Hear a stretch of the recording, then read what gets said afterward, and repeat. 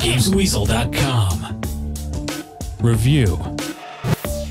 It's a little bit odd that this game's called New Super Mario Bros. As it's not really that new if you've played the DS version. The game looks almost identical apart from a couple of extra little touches, but the main fundamental difference between the console version over the handheld is the fact that you can now play the game with up to 4 players, which certainly completely changes the mechanic of the game far from anything we've seen before. Once again, the princess has been captured and off you go from left to right, smashing blocks with your head, jumping on Goombas and of course collecting lots of power-ups to help you out. New to the game is a helicopter helmet which launches you into the air with a shake of the Wii remote, and a penguin suit which lets you fire balls of ice to freeze enemies and also belly slide into enemies. You can also pick up items, shells and even your friends by holding the 1 button and shaking the remote, which is useful if they keep falling to their death, but I'm not sure about using this gesture for a fundamental part of the game. Occasionally you'll spin into the air or pick someone up when you don't mean to, or it won't recognise your shake, which can lead to some frustrating deaths. There are of course also 3 large coins to collect on each stage, and you're encouraged to go back and look for them if you're a completist. Playing the single player game is fun, but as I mentioned before, multiplayer was where it's really at with this game. You're supposed to play cooperatively, which you may do with 2 players. Any more than that and it all turns into a rather comical game of trying to screw over your mates by nicking their power-ups and chucking your friends off the screen. It's a good thing then that if you do die you float back onto the screen in a bubble which, when popped by another player, lets you join in the fun again. There's not really much more to say about the game. It's Mario at its most classic, so you know what to expect, and it's obviously not as in-depth as the full-blown 3D games such as Super Mario Galaxy. You won't, however, be prepared for the multiplayer, and it's really very surprising how much it does lift the game into a whole new dimension without being as mental as something like Super Smash Bros. Games. New Super Mario Bros. On the Wii gets an excellent 8 out of 10.